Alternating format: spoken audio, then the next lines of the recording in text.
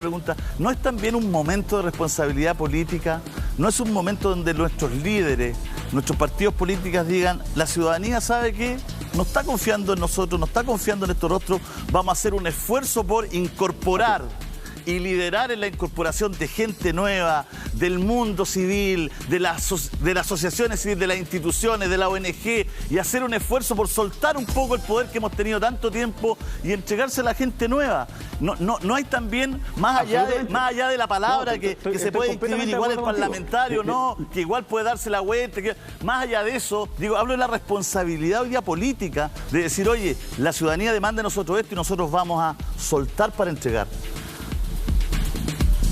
A ver, primero, eso es algo que le va a depender después a los mismos partidos y a las mismas organizaciones que le presentan los candidatos, no los presenta el gobierno. Pero segunda cosa, cuando uno cree en la democracia, son los ciudadanos los que escogen dentro de las diferentes alternativas. Yo te cuento absolutamente toda razón. Me encantaría que hubiese muchas más personas independientes que no estuvieran con la carga de lo que significa la lucha de los partidos políticos o adentro del propio Congreso, que hemos visto que lamentablemente muchas veces no es capaz de ponerse de acuerdo en temas que son necesarios resolver ahora ya. O sea, no es razonable que hayamos tenido que esperar 7 años para tener una ley de migraciones. No es razonable que tengamos todavía esperando ahí durmiendo una ley para mejorar las pensiones de nuestros adultos mayores, de la clase media y particularmente de mujeres. O que en ámbitos de la salud, cuando se presentan reformas para mejorar FONASA, se rechacen por una cuestión sobreideologizada que no piensan las personas. Por supuesto que sí. Necesitamos que la dinámica en esta convención sea distinta y el aporte de esos independientes es clave. Pero una cosa también sí que es muy importante, Julio César, los partidos son importantes en una democracia. Pero esto es una cuestión excepcional. Y como es excepcional, es donde primero además va a ser paritario, van a haber incorporación de pueblos originarios. Ese tipo de cuestiones son súper importantes en cómo va a ser la discusión al interior. Entonces me encantaría que los partidos decidieran llevar muchas personas del mundo de las organizaciones civiles, que sean independientes, que no tengan esta lógica como de orden de partido. Bueno, yo tampoco nunca he sido muy amigo de las órdenes de partido. Entonces, claro, que no tengan la lógica de resguardar que la misión el poder sea del de generar acuerdo. Sí, ¿no le preocupa a usted, ministro, que las comunas donde viven los ministros, no usted, pero las comunas donde viven los ministros de este gabinete, las comunas que concentran la mayor riqueza de Chile, pero que son solo 3 comunas, hayan sido las únicas, además de la Antártica y Colchane, por otras razones, en que ganó el rechazo? ¿No le preocupa que finalmente en Chile hoy día la política y su gobierno, de alguna manera, esté tan marcado porque está integrado por las personas? Bueno, la mitad del gabinete es del rechazo, usted también, según lo que dijo, pero que las personas que tienen que elaborar las políticas públicas, que tienen que solucionar los problemas sociales de un país y que además en su mayoría votaron rechazo, vivan en las comunas más ricas del país. ¿En qué medida eso a usted lo preocupa como una realidad chilena compleja? A ver, varias cosas. Primero, yo creo en esto, que la comuna donde uno vive no determina lo que uno tiene que pensar ni lo que uno tiene que hacer. Segunda cosa, no determina, hay varios ministros que viven en otras comunas completamente distintas. Pero déjame terminar porque yo escuché con mucha atención. Pero lo debiera, tercera cosa, no debiera ser tercera cosa. Pero es que lo que pasa es que la lógica de querer decir de que porque alguien vive en Vitacura, no sé si alguno de ustedes dos vive en Vitacura, entonces está inhabilitado de opinar de ciertos temas de opinión pública o de política pública, no me parece adecuada. Entonces, yo no vivo en ninguna de esas comunas, vivo en una que está alejada, en donde el rechazo ganó por lejos, donde en mis vecinos tenemos discusiones súper interesantes, vivo al lado de una población con la cual también tengo una súper buena relación. A mí me parece que es importante hablar de integración social. Lo que nos demuestra precisamente este resultado es la importancia de integrarnos, de conocer realmente la realidad de lo que ocurre a lo largo de todo el país. Yo, por suerte, como en el pasado fui parlamentario y me gustó mucho ir a recorrer todo el país, conozco prácticamente todo el país hablando sobre educación, sobre salud, sobre dignidad, sobre libertad, sobre el emprendimiento.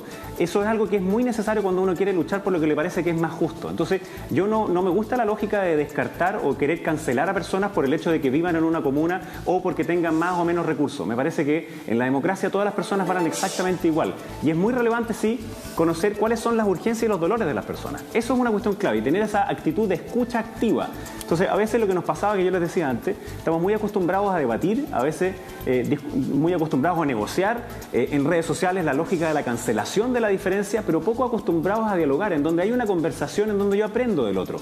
De eso se trata también. Yo he querido ser vocero y no solamente para dar la voz del gobierno, sino que también para escuchar. Sí, y por eso he tenido ministro, muchas reuniones con asociaciones, con personas que son muy diferentes políticamente también a nosotros. Yo le pregunté otra cosa, ¿por qué nadie ha cuestionado que la gente que vive en estas 3 comunas tenga opinión política? Tampoco estamos hablando de cancelar en la cultura de la cancelación a eso, de cancelar a las opiniones, sino que finalmente, ¿qué le pasa a usted cuando integra un gobierno que es el que tiene que estar en contacto con la gente para solucionar sus problemas, que votó lo que votó un 22% de la población? Un gobierno que ya es minoría en eso, porque todos sabemos que, bueno, o al menos la mitad del gabinete iba por el rechazo. Pero además... Bueno, es que no es así. Sí, la mayor parte del gabinete estaba por el apruebo, pero no vamos a cerrar. Hay un punto ahí que yo no comparto, que es de fondo. Claro, porque es pretender decir que si alguien estuvo en una minoría, entonces no puede opinar sobre lo que pasa en el resto del país. No, y es una lógica súper totalitaria, perdona que te lo diga así, porque si alguien cree que 2 alternativas que son legítimas, una de ellas es la única que puede opinar de la política pública y otra no puede opinar de la política pública, es una mala manera de entender lo que es la democracia, que es la protección de la minoría también. Entonces, yo jamás discriminaría a una persona por la comuna donde vive, por su condición socioeconómica, por su nivel educacional, ninguna de esas cosas. Entonces, tampoco promovamos esa misma lógica de decir que porque alguien vive en Vitacura, y de nuevo insisto, no sé si alguno de ustedes vive allí, entonces significa que tiene menos conexión con lo que pasa en el resto del país. Pucha, no sé, pues. Yo creo que no necesariamente eso ocurre así. Eso lo estoy hablando, porque no estoy hablando de opinar, estoy hablando de pertenecer, de el mundo al cual pertenecen y se mueven. Es decir, lo que uno podría creer que era un estereotipo, se comprobó con el resultado de la votación. A mí me sorprendió, de verdad, me sorprendió que fuera así de marcado en nuestro país las diferencias económicas con las diferencias políticas, de esa manera como fue en estas 3 comunas. Ayer la vi lo decía, había de un color 3 comunas, dijeron, pero déjame aquí pasa... Por eso yo le digo, cuando no es que son las elecciones presidenciales, ahora yo lo voy a terminar, pero déjeme terminar. No ocurre esto. Sí, pero déjeme terminar. Aquí entonces yo no le estoy diciendo que no tengan derecho a opinar, le estoy preguntando a usted qué le pasa como ministro de un gabinete donde finalmente el mundo de la élite política que hoy día gobierna pertenece a esas 3 comunas. ¿Qué le está hablando respecto a la movilidad en Chile, a la distribución de la riqueza en Chile y a la distribución del poder en Chile? Bueno, yo lo que te estaba diciendo es que es una caricatura, primero, el decir que el gabinete estaba en su mayoría por el rechazo o lo que fuera. Porque no es así, hay diversidad, así como la hay en el país, también la hay dentro de nuestro propio gabinete y nuestra propia coalición. O sea, el hecho de que casi la mitad, eso es lo que decían las encuestas antes, de los votantes de este gobierno, que salió también por una amplísima mayoría, hayan votado por el apruebo, significa que nadie se lo puede pretender apropiar. Segunda cosa, de nuevo, quiero insistir, no es la comuna donde uno vive, no es el apellido que uno tiene, no pueden ser los pitutos que uno tiene lo que te lleve lejos, sino que tu talento y tu esfuerzo, y eso ha sido parte de mi motivación por estar en la política. Siempre he querido en aquello, y ni siquiera vivo en aquellas comunas donde usted también las menciona. Entonces, la clave es esa integración social. Por supuesto que hay una élite que piensa que vive en un país que es distinto al que vive la inmensa mayor parte del país. Eso es lo que se vio en los días posteriores al 18 de octubre del año pasado, en donde había millones de personas que decían que querían mejores oportunidades, menos abusos, que se combatiera la desigualdad, mejores oportunidades en materia educacional. De eso se trata lo que muchos de nosotros hemos querido impulsar desde la política.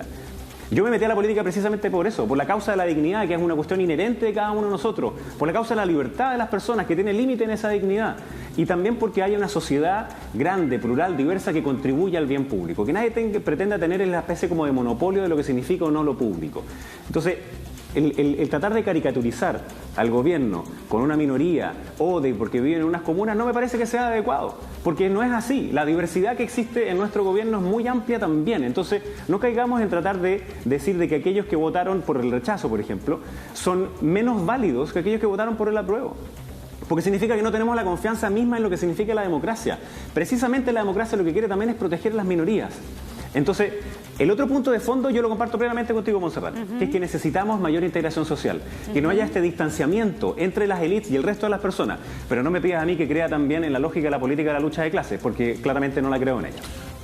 Bueno, ministro, el 14 de octubre, hace 13 días atrás, recién se aprobó en la Cámara de Diputados según informan todos los diarios de circulación nacional, las mejoras para los independientes, no en junio, sino que el 14 de octubre. No. Estoy leyéndolo acá. En enero hicimos la indicación, si querés te la puedo mandar para que tú la revises. Si la indicación no Después sirve, en junio ministro, volvimos a insistir en el mismo punto en la comisión y finalmente se aprobó en estos últimos días cuando el gobierno hizo la indicación que se aprobó en la comisión. Ministro, no le estoy hablando cuando hicieron las primeras indicaciones, le estaba hablando yo de las mejoras para los independientes que recién se aprobó en la Cámara de Diputados el 14 de octubre y se rechazó hace 13 días atrás que los independientes pudieran hacer pactos con los partidos.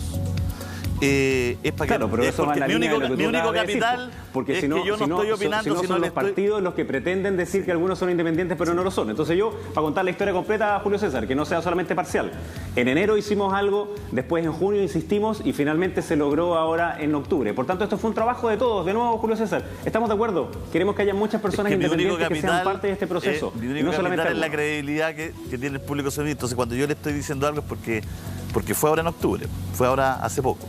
No bueno, pero nosotros también tenemos credibilidad en eso y por tanto yo te exijo lo mismo pero que tú me exijas a mí, yo te lo exijo de vuelta. Pero el mío es mi único capital. Junio y después finalmente se aprueba porque el gobierno hace también esa indicación en acuerdo con los distintos partidos. Entonces, de nuevo, la lógica de esa cuál es que sí haya mayores facilidades para los independientes, en lo cual al menos el gobierno está totalmente de acuerdo.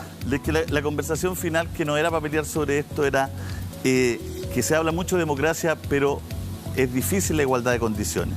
Es difícil competir para un independiente, por los recursos, porque estaba difícil, porque tenía al principio que irse en